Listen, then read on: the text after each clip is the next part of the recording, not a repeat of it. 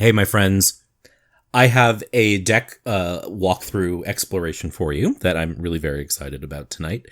This may surprise you. It's not a deck you might necessarily think that I'd reach for, but I have to tell you, I saw just very briefly a couple photographs of it on Instagram, and without even looking at the whole deck, which is unlike me, I went and immediately bought it. In fact, I broke my non-buying month. I hadn't bought a deck in about 5 or 6 weeks. With this, but I'm glad I did, honestly, because I really like it a whole lot. So this isn't an unboxing. I've already taken the cards out and looked at them all the way through because I wanted to see if I actually was just driven by impulse or if I in fact really liked it. But I do really like it, and so it's not a walkthrough, or I mean, it's not. God. Cut. It's not an unboxing. I've already looked at it. I shuffled it. I've actually read almost all of the book, the little guidebook, and this is really just a sort of little love affair I'm having right now. So this is the Apparition Tarot. It's a Spirit Speak Tarot deck by Mary Elizabeth Evans. It's a 2018 deck, so it's not brandy newy. But I only just saw it recently. And then after seeing it recently, you become familiar with something and you see it everywhere. I've seen it a few times since.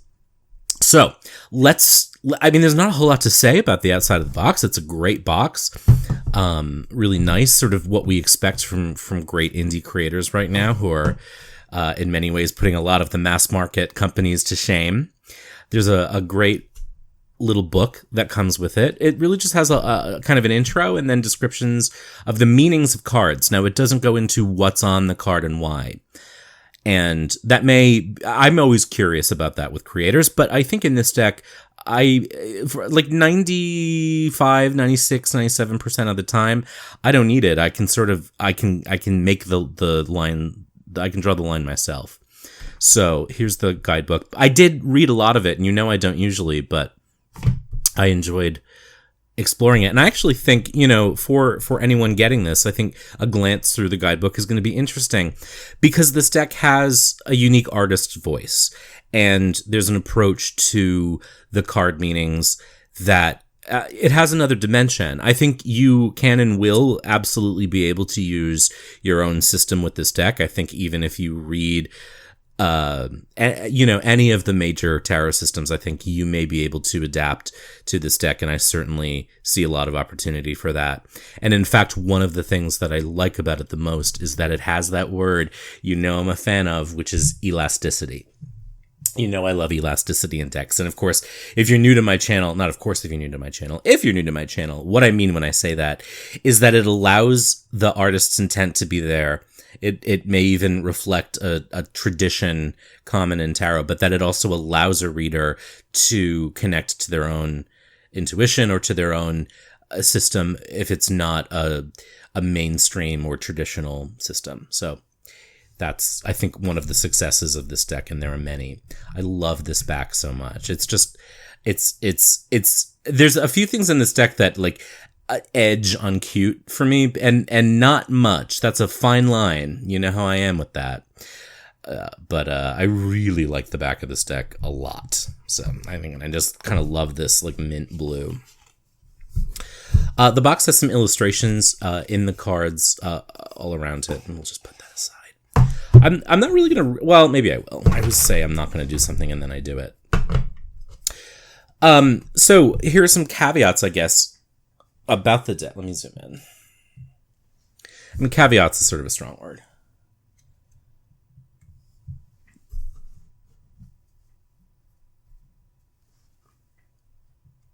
All right, we're going to settle for that.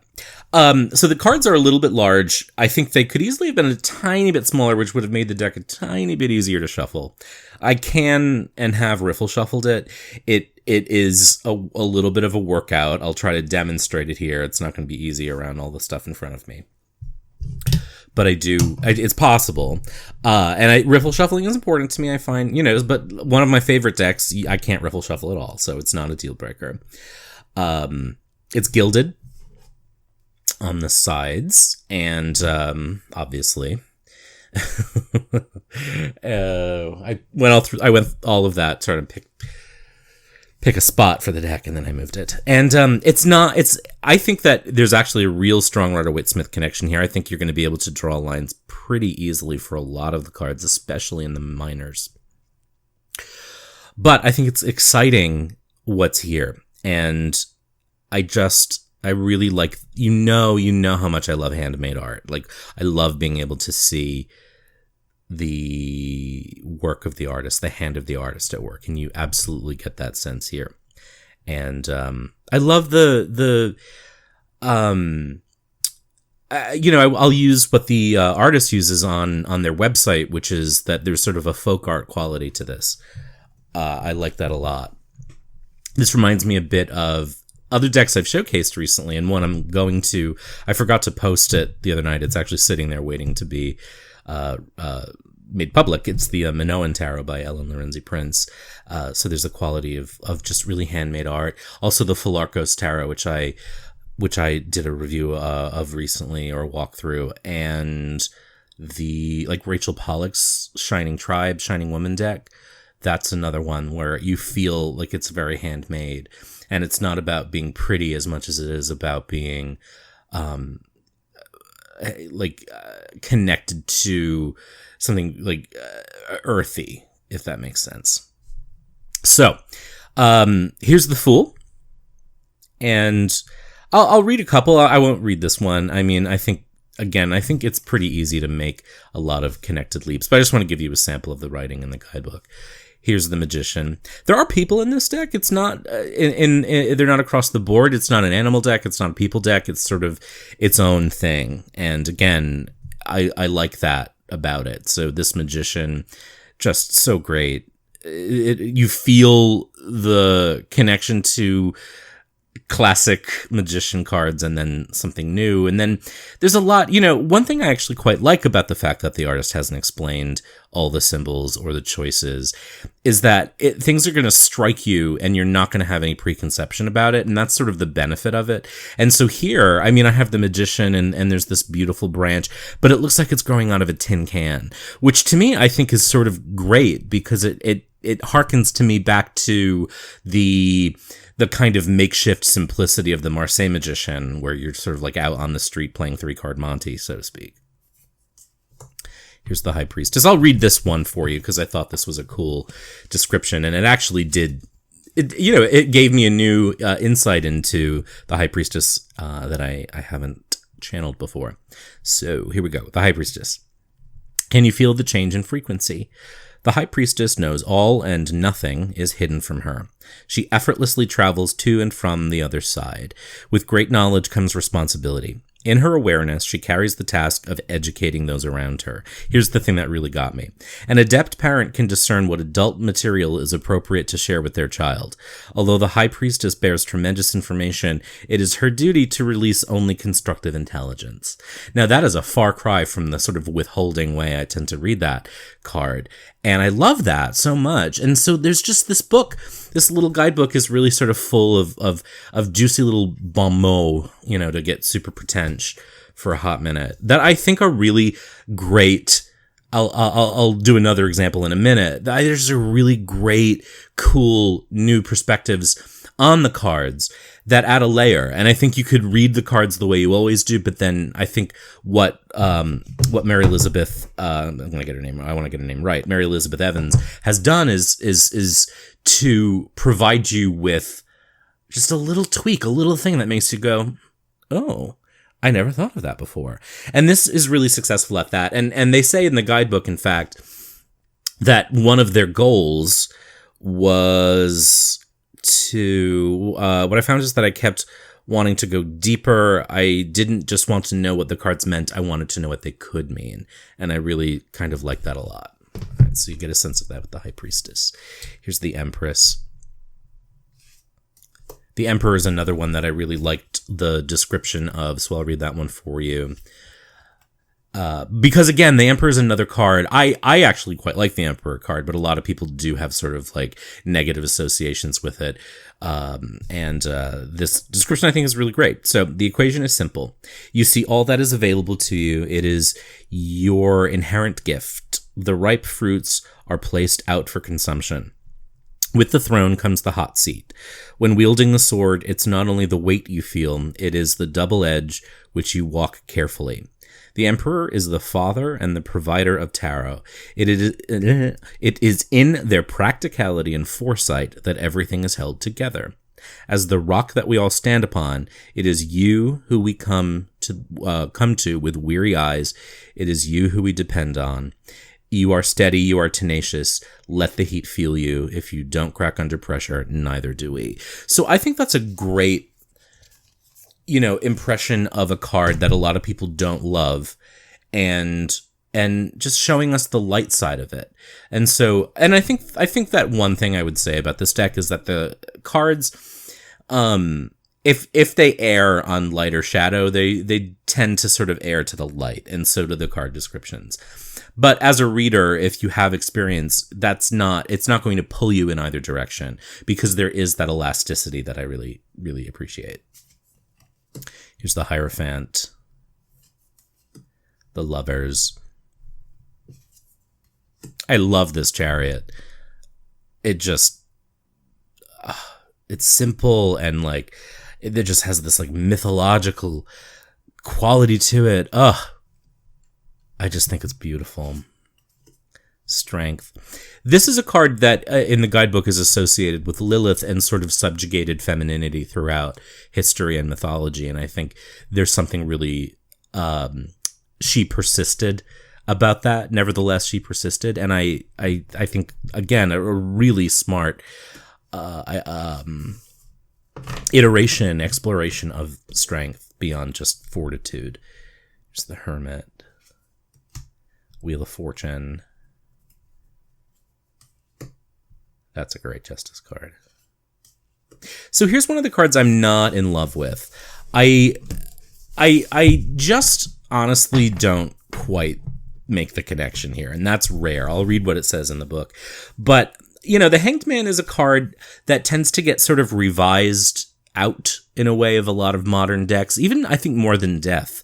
I think a lot of modern tarot decks are like, okay, Death is, and we know it's not a physical death and all that stuff. The Hanged Man has become morphed from the traitor that it started with to something entirely else. And I obviously creators can do whatever they want, but I still need that, because for me, the Hanged Man isn't just perspective. It also represents arrested development or being stuck. It represents consequences. And both of those things are not necessarily represented in the trumps. And so I need them. Now, I can read this however I want. It just visually doesn't make a whole lot of sense to me. But, and that's inevitable, right? So here's what the guidebook says. Have you ever wondered why it feels like your gears are stuck? See, like the connection is there to what I was just talking about, but the image doesn't give me that. You were pedaling right along, eyes on the prize, and then your rushing river turned into a treadmill. So I don't get that from this image, but I like I like the concept. The circumstances may not be ideal, but finding peace in what you are handed in this moment can lead you to a formative perspective. What can you see about your life now that you may not have seen if you were moving at a quicker pace? So, get it, like, love the description of the card. I think that's awesome. The image to me is a little less successful, but it's really one of the few that I feel that way about. Here's this incredible death card. Temperance.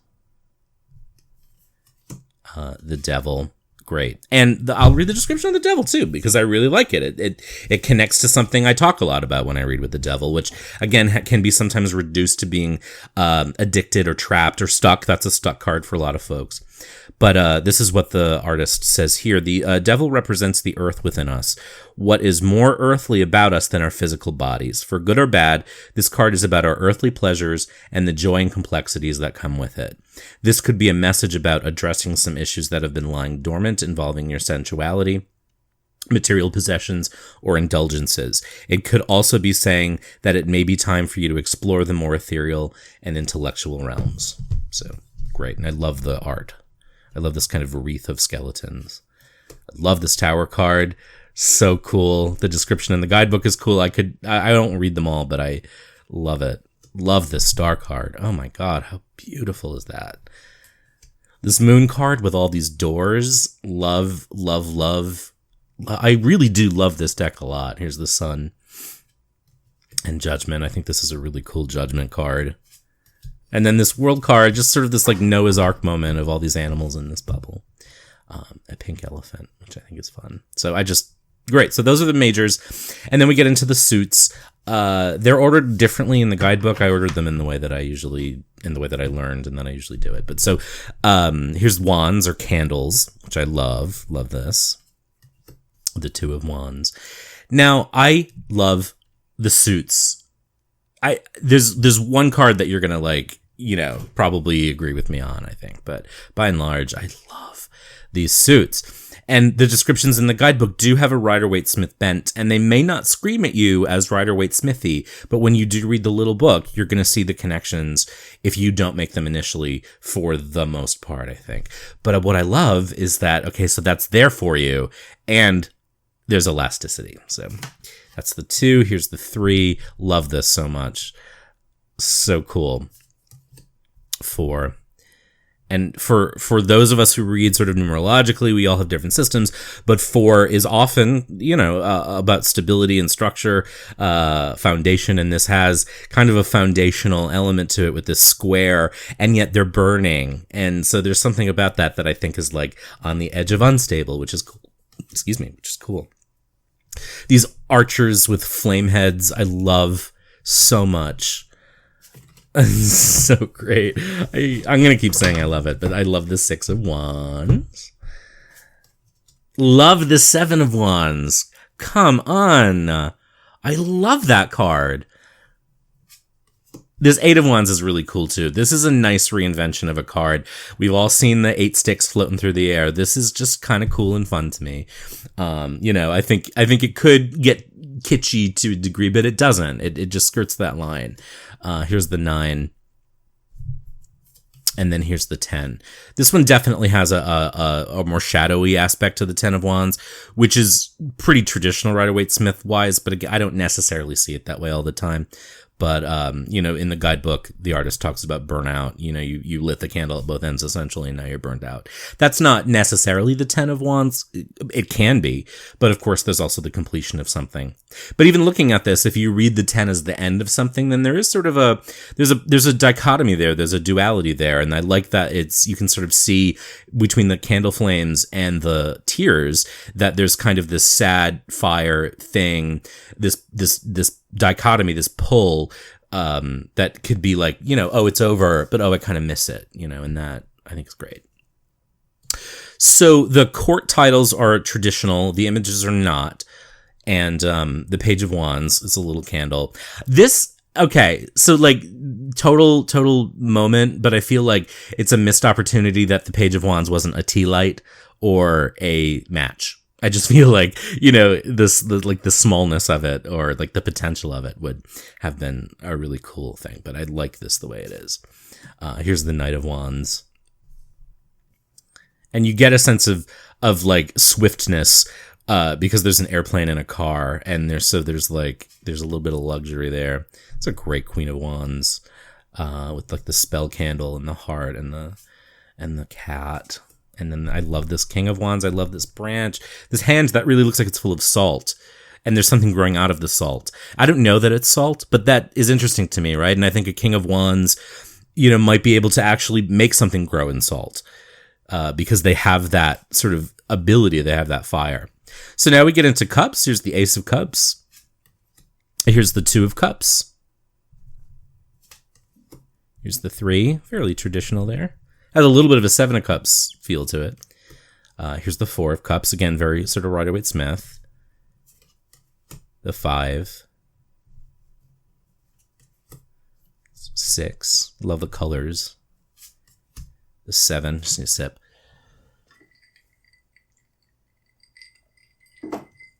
because I've been talking all day. And the 8. And the 9. This one, again, a little cute. A little on the edge. Actually, the fact that there's rainbows in this deck, but they're not actually full color rainbows, it kind of makes me less anxious, which is weird, but like I just don't like to go to that Lisa Frank 1990s 1980s Trapper Keeper moment in tarot. So having a 3-color rainbow actually kind of saves me from that. There's another card that's similar. I'll talk about that one. This 10 of Cups is gorge. Look at this. I didn't even see this the first time, but there's these 2 shapes and they're sort of like uniting in this kiss, and I think that that's super cool. It's super cool. So here's the other one. So this is the Page of Cups, and it's a Care Bear. And that I had seen this card after I purchased it. I like panicked, and then I went through a walkthrough on YouTube, and I was like, oh, but I'm not mad at it. I'm okay. If the Page of Cups is a child, I think the Page of Cups is a Care Bear. You know, that I totally see. So I think it makes my cold, bitchy heart a little edgy, but I'm okay with it. I think I can get behind that as the Page of Cups. It's the Knight of Cups, which I love. And then this Queen of Cups I love. And it's very close to the back of the card, but I love that back. Here's the King. And then now we get into swords, and the swords have a very black and white quality to them, which feels very mental, and cerebral. Ace of Swords, 2 of Swords, 3 of Swords. Okay, so we get this sort of old emblem that I and others are a little like, okay, we get it. But this like MC Escher drawing, I think, is really cool.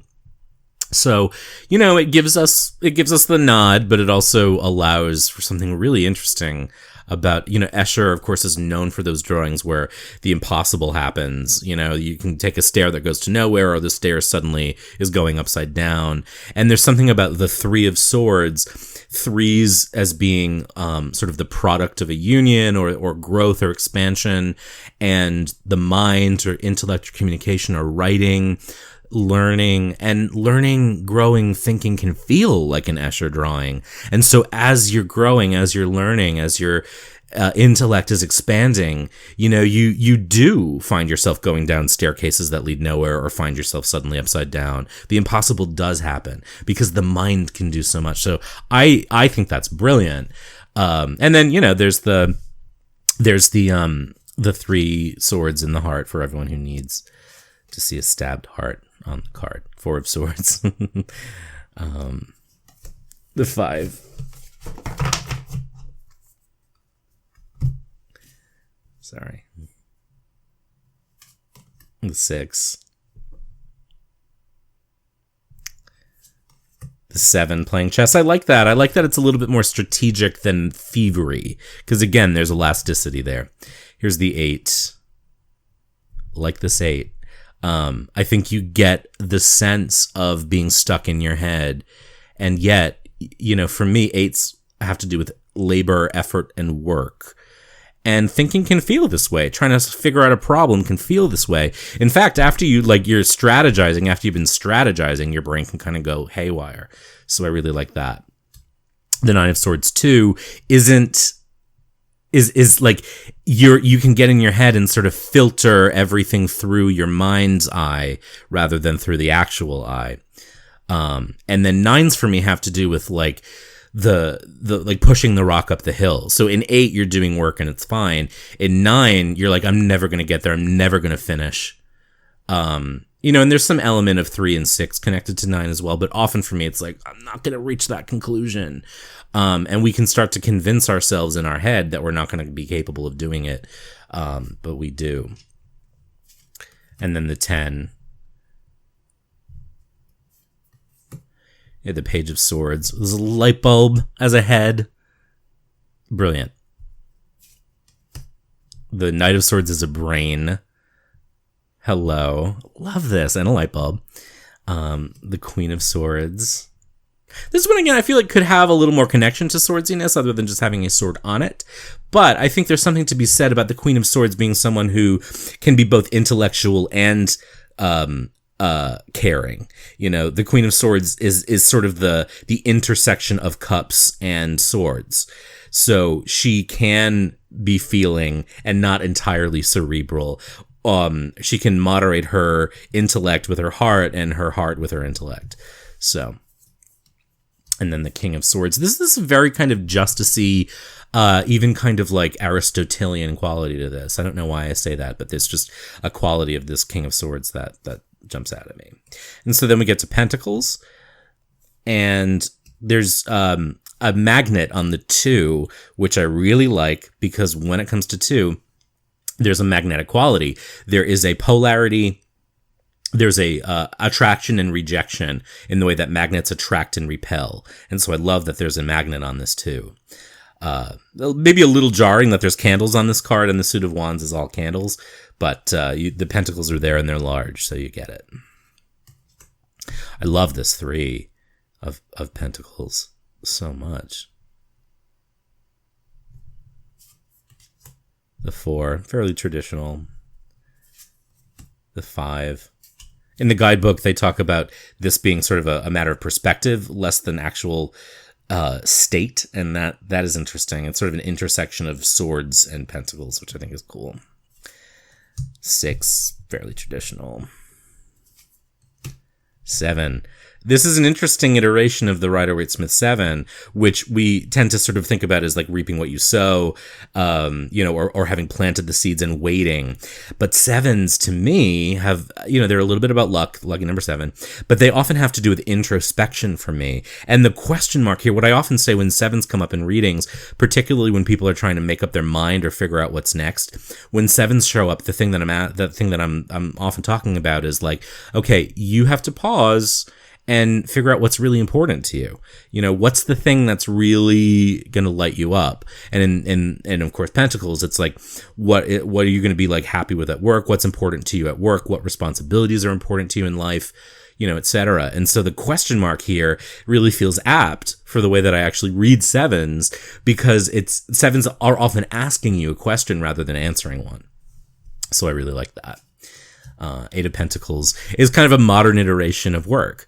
This person's there on the phone, getting their pentacles, getting their notes into their date book. They're just, doing their hustle. Here's the 9 of Pentacles, which has a nice nod to Pamela Coleman Smith's art. And the 10. Another rainbow that could have made me go, but it doesn't. Here's the Page of Pentacles. Again, a little on the edge of cute, but with the pages, they're kids. And so I think that there's like a fun, innocent quality to the pages. And actually what the artist says in the book is like, you've been given responsibility for the first time. Are you actually living up to it? Or are you being childish? So there's something cool about that. Here's the Knight of Pentacles. It looks like Diana there, sort of archer. The Queen of Pentacles with, I'm forgetting the name of this statue. I think it's the Venus of Willendorf. And then the King with this cornucopia and also crystal ball. Love it. Love this deck. Love it, love it, love it. All right, so let me zoom out. Boop. All right. Shuffling this deck is not super easy if you're going to riffle shuffle. It overhand shuffles fairly well. I just, when you get a new deck, especially when it's in order, and I've already done this, I put it back in order. It takes a while to mix the cards to like an acceptable degree for a reading for me, and after having done it the first time and shuffled, I kept getting like sequential cards and it's like, shuffle again. The cardstock is nice. It's not grippy. It's matte. But there's a little bit of a static connection between them. So I think that's one reason why. And that's one reason, of course, why I prefer a riffle shuffle, because you kind of break that static.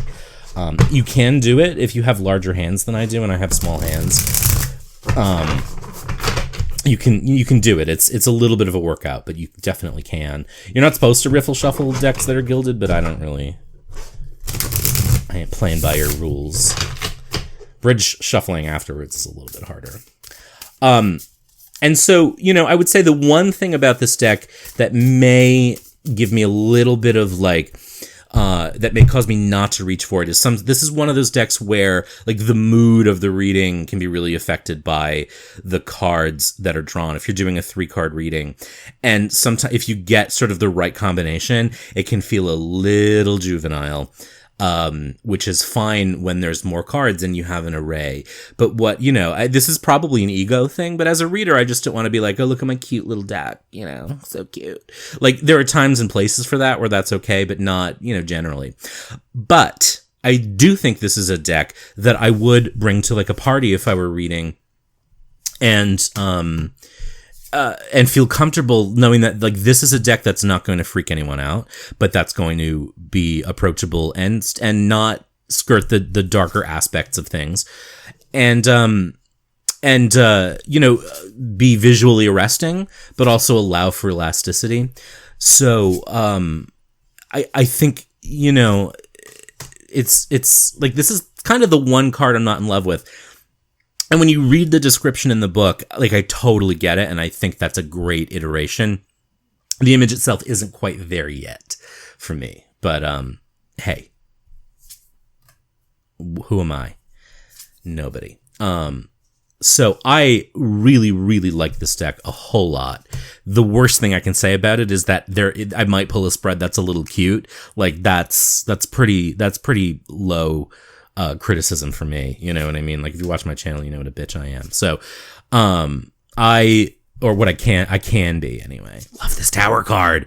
I love this tower card because it's like, are you doing it yourself?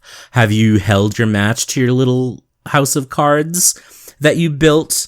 It's like Marsha Brady with the charm bracelet. Like, take the bracelet off, Marsha.